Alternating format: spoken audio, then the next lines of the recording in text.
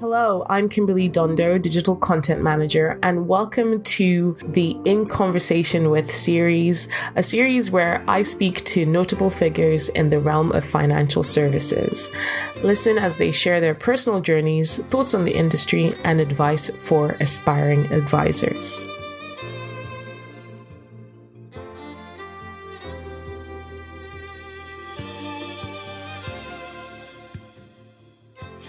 Hello and welcome to In Conversation With. And today I'm joined by Sally Plant, Head of Financial Planning at Chartered Institute for Securities and Investment, and Adam Owen, Director and Head of Content at NextGen Planners. Thank you guys for joining me today. So let's start off by having a bit more of an introduction into yourself. So Sally, if you want to go first. Hi, Kimberley. Thanks very much. Yep, I'm head of financial planning at this institute and recently took on the education department, which is really interesting because the collaboration of financial planning where there is an obvious need to get young people, well publicised and documented need to get young people into planning and more aware about what planning is as a career. And then the work we're already doing in schools and universities, the coming together of the two has been really exciting. Mm-hmm. And obviously working since I took over that department, and actually a bit before, Adam and I were talking about some initiatives we can work on together, with NextGen being the total go-to for that kind of market, and us looking at how we can re-engage, re-enthuse that younger population. Yeah. And Adam, can you give us a bit more for an introduction? Of course, and thank you, Kimberley. And hi, Sally. And I'm the head of content at NextGen Planners. NextGen Planners is a membership organisation of now over 900 people, and we support people's careers from classroom to boardroom in financial planning and personal finance. So there's quite a lot of alignment between what we do and the CISI, which is how Sally and I started collaborating on these things. But my role is mostly about content, either from an education point of view or for a professional development perspective, or sometimes just simply for entertainment. And, we try and make the content that we have as entertaining as possible so it engages people, because financial planning and personal finance careers don't have to be dull. Yes. Yeah, that is very important. And I've met so many interesting characters, so there's no reason for it to be dull. But we're here today to talk about your extended partnership and collaboration working on this new scholarship program. So can you tell me a bit about how that came about? Because it sounds very exciting.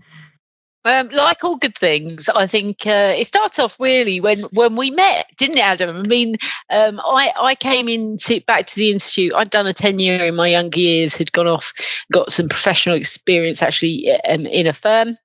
Mm-hmm. And then had come back as head of financial planning, and I was invited actually on to do a podcast with NextGen one Friday morning when I'd just returned. Yeah. And that was the first time we'd really spoken.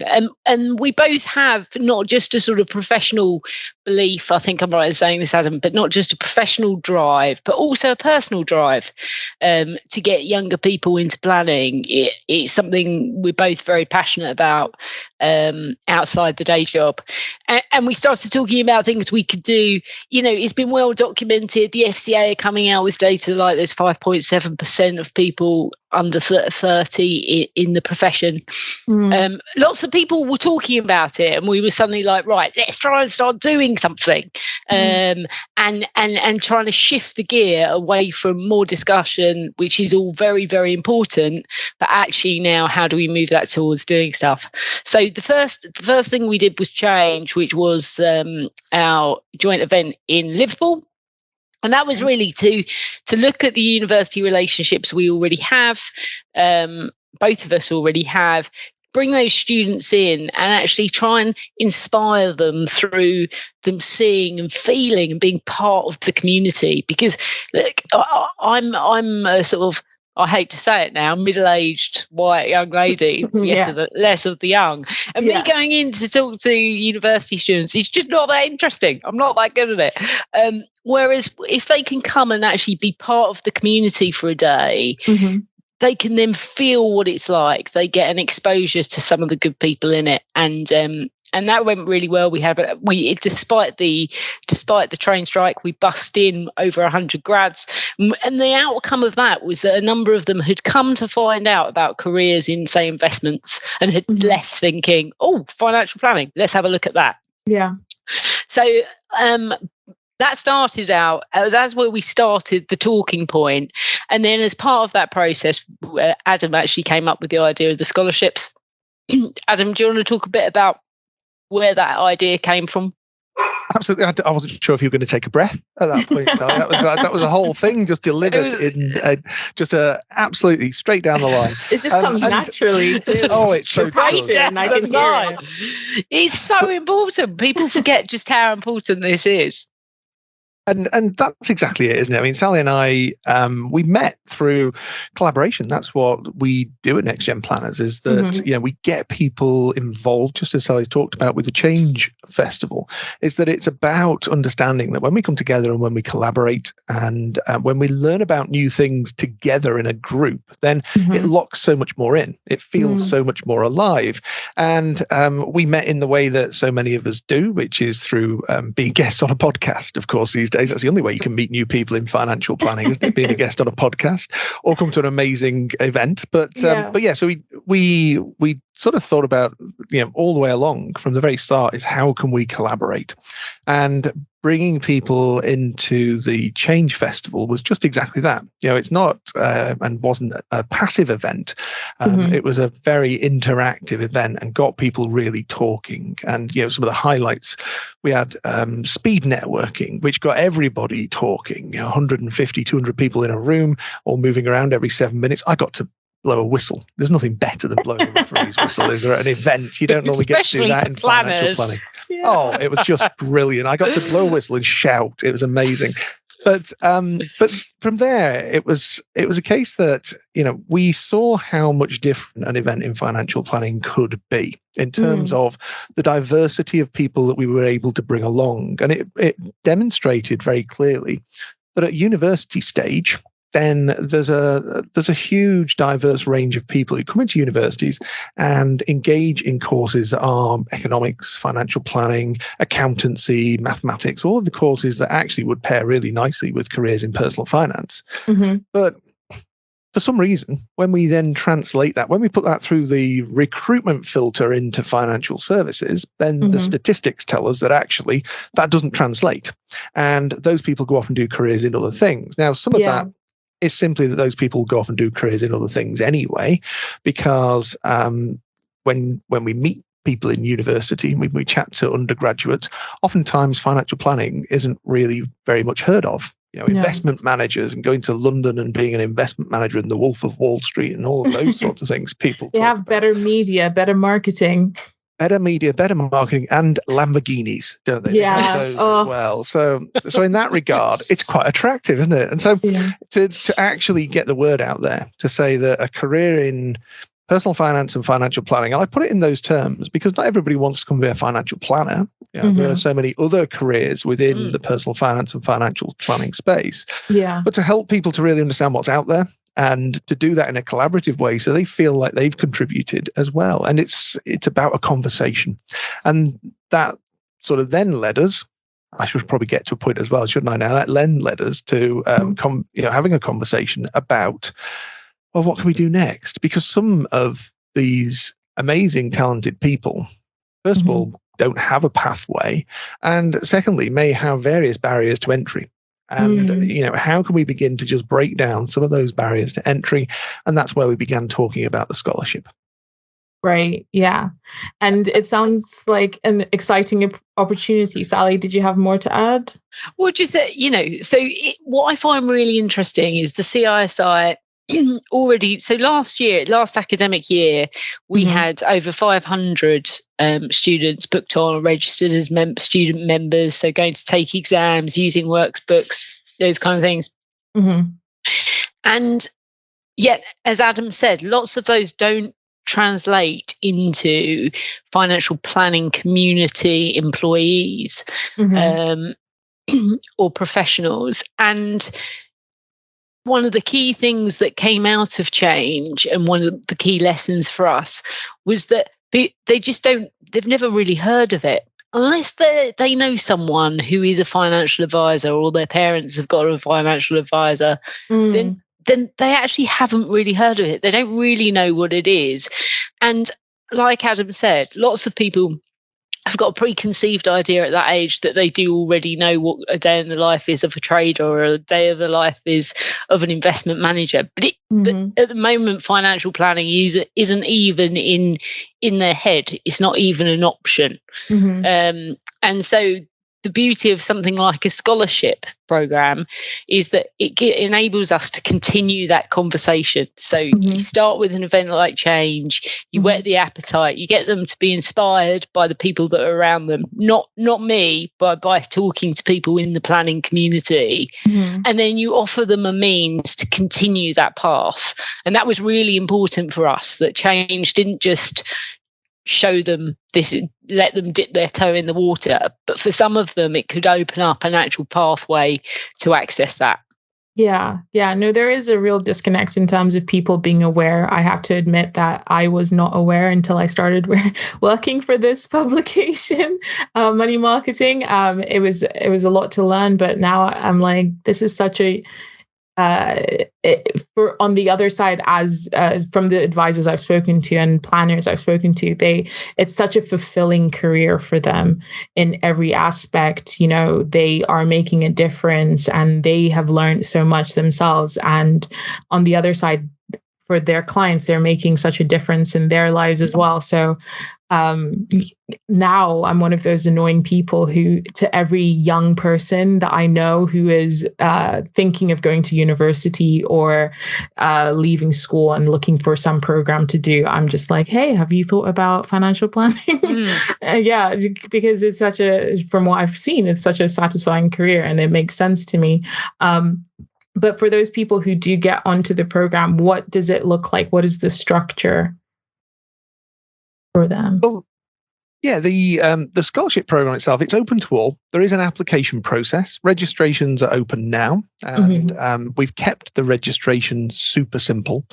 So it is simply, if you'd like to register for the program, anybody who's listening to this, then they can email me, adam.owen@nextgenplanners.co.uk. So it couldn't be any easier than that. And I think we'll probably add that to the show notes and things, won't we, along the way. But the application process is there to determine that actually people who are coming onto the scholarship are passionate about personal finance and believe that they can make a difference as well. You know, it's about understanding that, you know, we want to reach in financial planning, everybody out there who needs to engage in their personal finances and understand more through education, through programs, through actually accessing advice. And at the moment, we probably reach a relatively small number of people.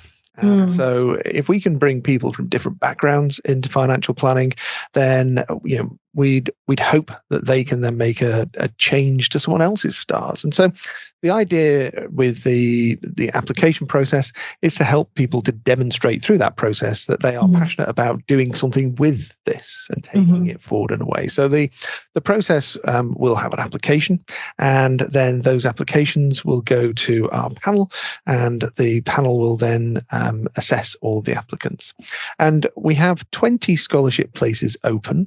We plan to start the first on the 23rd of January next year. So that will be the launch day for the first successful applicants. But it doesn't necessarily mean we'll start with 20. It means we'll start with the people who have been successful, and if we've still got some places left, we'll continue those rolling throughout the year. So there isn't an absolute cutoff. It's not, we're not in a race to get 20 people through and then see what we do with the next. It's a case that we want people to be really engaged. We want them to just have some sort of a plan in terms of what they want to do with this. But the other thing that's really key is that we want to be flexible for people. We'll have people applying who are at university still. We'll have people who are applying who are school leavers. We'll have people who are second careerists. People will come from all different walks of life.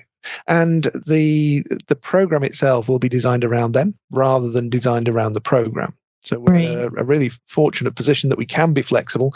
And so, start times, it's not a one size fits all. The length of time of the program isn't a one size fits all. But the core content and what they get out at the end of it is going to be consistent. Sally, do you want to talk a little bit about the qualifications that we're covering? Yes. So as part of the qualifications, they'll take the investment advice diploma, Okay. which is the CISI's level 4 retail qualification for those who want to give advice, and it comprises of 3 papers, 3 exams, all multiple choice. And the interesting thing about going through this process and taking these qualifications is obviously they'll get the CISI membership benefits as they go through, but they'll also be part of NextGen. We know young people today like to be involved in communities, and yes, actually there's a really good thing about that, because generally what people put into life is what they're going to get out of it. So if people are willing to put in 100% into their community and 100% into this program, they're going to get an awful lot out of it. And that program doesn't just mean taking the qualification. That means the more they get involved in their membership body community, the more they get involved with NextGen. That's really how they're going to get the very, very most out of the program. So they will take these 3 examinations, all by computer-based testing. The training is obviously offered through NextGen and their community, and then they'll be able to access additional study support through the CISI. So things like online testing questions, just so that they can repeat. And because for some of these guys, the type of questions they'll be doing will be quite alien to them. They won't have studied something like this before. So those doing the repeated practice questions is how they will help to get them through. So it's a good program, and it finishes with you being qualified and ready to be able to go and work in a firm. Oh, wow. And I think to add to that, it's not just about the exams. Of course, within the exams, we have video-based learning at NextGen Planners. We've got regular online live group tutorials and live virtual classroom sessions. Plus, they'll have access to one-to-one coaching as well. So there's a lot of exam support in there. Yeah. But we'll also provide a mentor who will help them with their career path. Building CVs, applying for jobs, building their network in personal finance and financial planning. And they'll join our skills-based programs, so our communication skills programs at NextGen Planners, which will, again, begin to build those core skills of being a financial planner. But we'll also, through their mentor, work out whether or not financial planning directly is the career path for them, or whether or not they would prefer compliance or operations or power planning or any of the other opportunities that there are in the profession. So it's a very rounded program, and it's designed to give somebody the maximum amount of support, but to be flexible enough that they can choose their own adventure. Yeah. And to be inspirational, so I suppose one of the biggest, most important things for me personally about the program is for people for organic growth and about kickstarting the conversation, right? Because going back to what we've talked about before, people don't know what planning is. They're not looking at it as a career. So what you really hope is you're going to get 20 people going through this program who then, even partway through, start talking to their friends about the fact that this is what they're doing. Their friends then start looking at what is a career in the planning community. As Adam said, there's a broad range of different professions within that community. But you hope that this will kickstart some organic conversations between mates down a pub one day that will then, make this scholarship program much broader than the 20 people that will go through it. Yeah. No, I think word of mouth is classically just the best form of marketing. And, once someone has a good experience, they will keep harping on about it. I had a similar, it wasn't in financial services, but I was on a scholarship when I did my master's, and I also had a mentor. And once, when you mentioned that, Adam, I was like, that is one of the most important parts of having a program like that, having someone you can talk to. And for me, I kind of shared different essays and things like that I was writing, and they were able to guide me and push me. And I still talk to them to this day, and they are very supportive. And I think having that community is very important to keep you engaged, because it's sometimes if you feel like you're just left to your own devices, I think it's easier to be demotivated. That's probably why some people get like personal trainers for the gym or something, someone to force them to keep going. But yeah, I really like that aspect of the program for sure. I was going to say that's exactly it. In terms of the, how are we going to get even more engagement?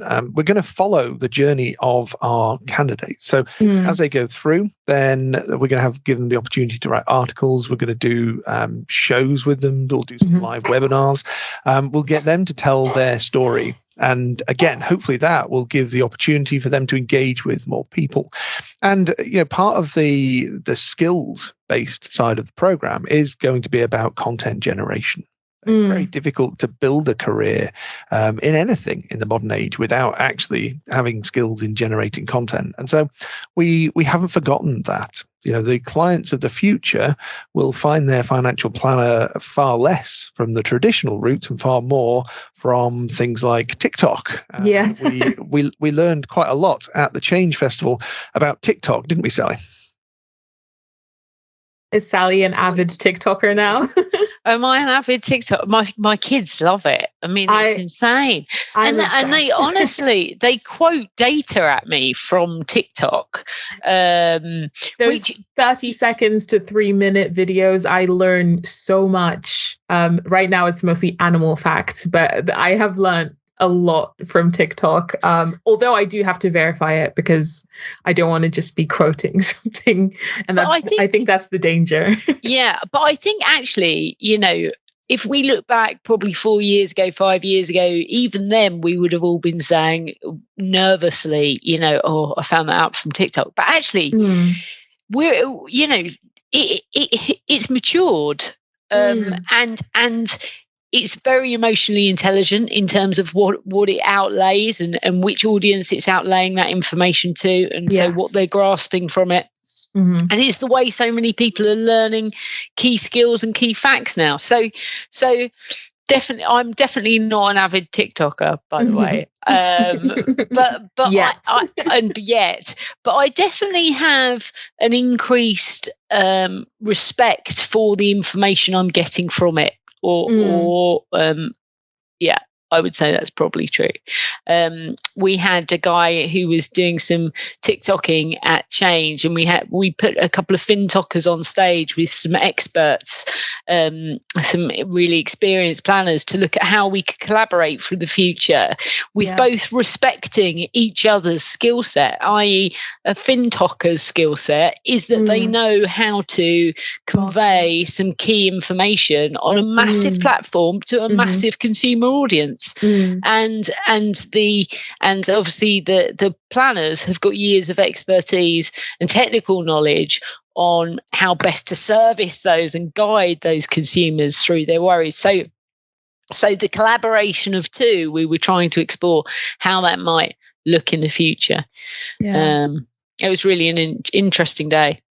I like that. I like that you are embracing that, because I have seen, there are, like I'm saying, there is danger that there are people on these platforms like TikTok who might give advice without the qualifications to give advice. But if people are collaborating, or if, a planner decides that they want to learn how to be able to disseminate that information in a fun way or in an engaging way, then I think that's also important too, just to make sure that people aren't being, duped into buying into some terrible crypto coin or something. Or even prompting interesting questions, like things like, get your grandmother to invest in your pension, or things like that people wouldn't even think about, that might prompt them to then go and seek some qualified advice, because it's not always got to be just about your pension or just about your ISA or just about some mainstream things. There's some quirky facts that might inspire people to go and either see a planner or learn more about planning. Definitely. I think one of the big important factors is at the moment the traditional side of the financial planning profession sort of looks at TikTok and thinks, oh, there's a lot of potential misinformation, it's a troublesome area and all of those things. But if as a profession we don't engage, then the consumer's missing out. And I think that's going to be the key challenge over the next 5 years, is to engage with platforms where there are, you can literally get millions of views almost overnight for a very short piece of content. And so there's an opportunity there to really extend the conversation, but then there's also an opportunity to help people who are already out there having that conversation. And that's maybe where the traditional financial planning space, FinTalkers, and the scholarship comes together in how we can innovate and how we can actually look at new ways of engaging the consumer. Yeah, I'm always excited about any new innovation in very traditional programs or anything like that, or what people have perceived to be quite traditional, because I think it'll open it up to a different audience. But where do you both see this program going? Where are you hoping it will grow from here? I think at this point in time, we do really want to wait and see. There's we at NextGen Planners and the CISI have a real passion for collaborating, and we've been working really well together on a whole number of projects. But I think the key thing is that if we were to start saying, well, we're going to do X number by this year and Y number by this year, then I think it sort of misses the point. It's about understanding from our first cohort, from this pilot cohort, just exactly what people want. We don't think we have all of the answers, and we'll learn as much from the people who are coming into the profession through the scholarship, hopefully as they learn from us, because the people who will be bringing into the profession through this scholarship will be atypical of the sort of people who come into the profession ordinarily, and so we need to be listening as much as we're talking when it comes to this first cohort, so that we can see what the next cohort looks like, or what the next project, the way that this continues, actually is. And I think that's really where, for me, it's really exciting. Anything that is innovative and disruptive, then we want to make that collaboration work so that it can take us in all sorts of directions that Sally and I probably haven't thought of yet. Yeah, very collaborative. I like that. The other thing is, it's okay to have someone that drops out. Like, as in, people are embarking on this program, they don't know if they want to go into financial planning, into that community, into that world yet. This is part of their decision-making process. So, obviously, you don't want them all dropping out. That would be something of a disaster. Yeah. I never think in these things that having one or two that find out along the way it's just not for them, that's not the end of the world. That means they've gone on the process, they've been enthused, and they've decided that actually it's not for them, and they'll take that knowledge and that experience and still go and tell someone else. As long as they've continued to build their knowledge, they've continued to build their employability skills, they will take that experience with them. So if it's a good experience, that's still not the end of the world. Yeah. No, I think obviously there are going to be those dropout rates. It's the same in any course, any program out there in the world. But if someone has a good experience regardless, I think they are still going to go and say, this is a great thing. It wasn't a right fit for me, but it might be, they might recognize someone within their circle that it might be a better fit for. 100%. Yeah. So I don't know if we really talked about this, but why do you think a program like this is important?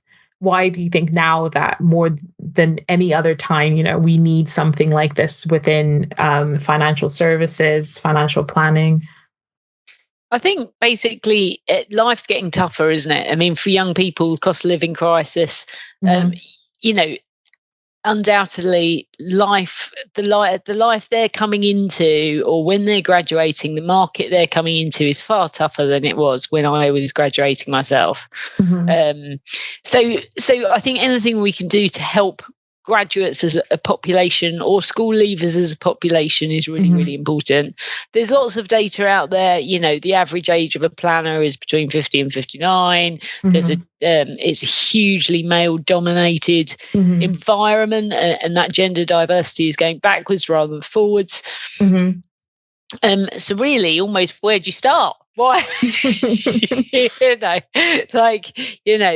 That's probably the basis of where we're coming from. Yeah. At some point, those people are going to retire. So, who will serve the clients that are left?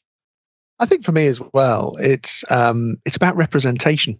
If we are a profession that is male dominated, white male dominated, and predominantly middle aged, then people don't necessarily look to our profession to think, oh, I need one of those people. I need a financial planner. When I speak to people who are in communities that our profession doesn't serve that well or that often, then the idea of going to a financial planner in a city centre office somewhere or wherever it might be doesn't really cross their mind. So if they have people from their communities in the roles, then we'll find that more people will be more comfortable heading to seek out financial advice and financial planning, because financial planning isn't a scary thing, but there's yet another barrier to engagement if you think it's not for you, if you think it's an environment that actually you wouldn't be comfortable in. And one of the first steps on that is representation in our profession. So the scholarship will hopefully begin to take some steps towards adjusting that as well. Yeah. Representation does matter, because from what I've gleaned from the conversations I've had, being a financial planner is a lot about the relationship you have with your client and being able to be open and honest and transparent. And I think you're able to do that more with someone you are comfortable with. So that makes sense to me. So finally, what advice would you have for anyone looking into getting into this program? I think it's super simple. Send me an email to register. Yeah, we are absolutely open-minded in terms of the people who will join the program. We have a process that will actually find some amazing candidates from that. But if you're listening to this and thinking, "Oh, I'm not sure if it's for me," try it. As Sally and I have hopefully tried to get across in this interview, that we don't have a particular ideal archetype of the person who's going to come into this. We will be surprised, as will some of the candidates who apply be surprised, and that's the joy of it, really. So if any sort of career in personal finance or financial planning is something that you are considering, or maybe until now didn't realize, send us an email, introduce yourself, give us a little bit of detail in terms of why you're interested, and that starts you in the process. If nothing else, you'll learn something from the process itself. And but after that, anybody who isn't successful, then we do have a mentorship program that we've set up, that people who are just looking to explore their careers who don't get on one of the scholarship programs to actually just support them in their next steps as well. So there's everything to gain and nothing to lose. Yeah. Sally, anything to add? No, I think for me, it's enthusiasm. If we want to see some enthusiastic young people coming through, so that's one of the key skills or attributes we're looking for. Skills and knowledge you learn on the program, but what we'll be looking for is some enthusiasm. Yeah. Well, fantastic. Thank you so much for speaking with me today. That was very interesting. I'm sure I'll be thinking of a few people that I know that I might recommend for this. And brilliant. I'm hoping that people listening to this will also be doing the same or applying themselves. But thank you so much. Amazing. Thank you. Thank you for listening to In Conversation With. We do hope that you enjoyed it. Please do keep up to date with all our new releases via Podbean, Apple Podcasts, Spotify, and everywhere else you get your podcasts from. You can also keep up to date with all our new content published on the Money Marketing website, as well as our print edition Money Marketing magazine. So make sure to subscribe. Follow us on Twitter, LinkedIn, Facebook, and Instagram. See you next time.